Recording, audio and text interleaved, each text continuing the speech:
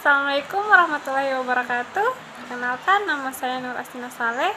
Saya mahasiswi Universitas Muhammadiyah Buton jurusan 17D. Di video ini saya akan menjelaskan tentang siklus sulfur pada daur biogeokimia. Sebelum saya masuk dalam penjelasan siklus sulfur tersebut, terlebih dahulu saya akan menjelaskan tentang pengertian siklus sulfur. Siklus sulfur atau yang biasa orang menyebutnya dengan daur belerang ialah perubahan sulfur dari hidrogen sulfida menjadi sulfur dioksida, lalu menjadi sulfat, dan kembali menjadi hidrogen sulfida lagi. Sulfur di alam ditemukan dalam aneka wujud. Dalam tanah ditemukan dalam wujud mineral, di udara dalam wujud gas sulfur dioksida, dan dalam tubuh organisme sebagai penyusun protein.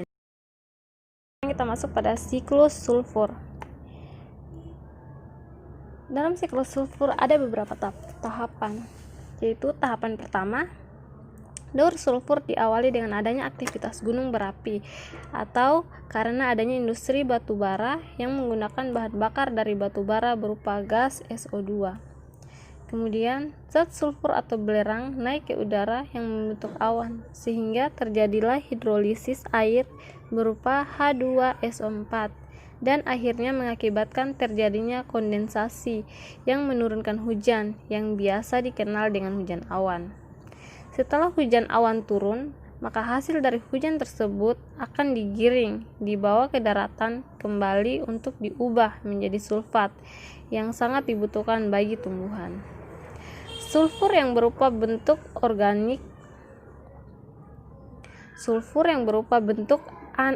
anorganik atau SO4 ini nantinya akan berpindah dari bumi atau alam menuju ke dalam tubuh tumbuhan melalui penyerapan sulfat menggunakan akar. Sulfur umumnya direduksi oleh bakteri menjadi senyawa sulfida, namun kadang-kadang terdapat dalam bentuk yang lain seperti sulfur dioksida dan hidrogen sulfida. Hidrogen sulfida ini merupakan senyawa yang dihasilkan dari penguraian bahan bakar organik yang mati yang juga dapat mematikan makhluk hidup pada perairan. Daur sulfur ini selalu dibantu oleh unsur organisme lain untuk bisa menguraikan senyawa-senyawa sulfur. Sulfur berfungsi untuk menstabilkan struktur protein, berperan dalam mengaktifkan enzim, berperan dalam menstabolisme energi.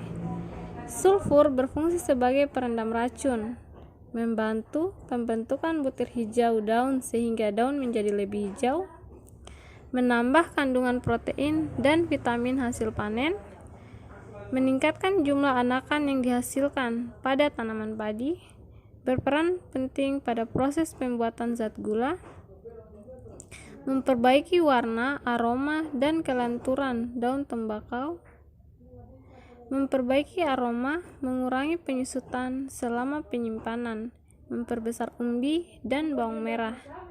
Terakhir, sulfur sangat berperan dalam pembentukan klorofil dan meningkatkan ketahanan tanaman terhadap serangan jamur. Sulfur juga membentuk senyawa minyak yang menghasilkan aroma seperti pada jenis bawang dan cabai. Pada tanaman kacang, sulfur merangsang pembentukan bintil akar di dalam tanah. Sulfur berperan untuk menurunkan pH tanah alkali. Terima kasih sudah menonton video ini. Semoga apa yang saya jelaskan tadi bisa bermanfaat, terutama untuk diri saya dan teman-teman sekalian. Akhir kata saya ucapkan wabillahi taufiq wal hidayah. Wassalamualaikum warahmatullahi wabarakatuh.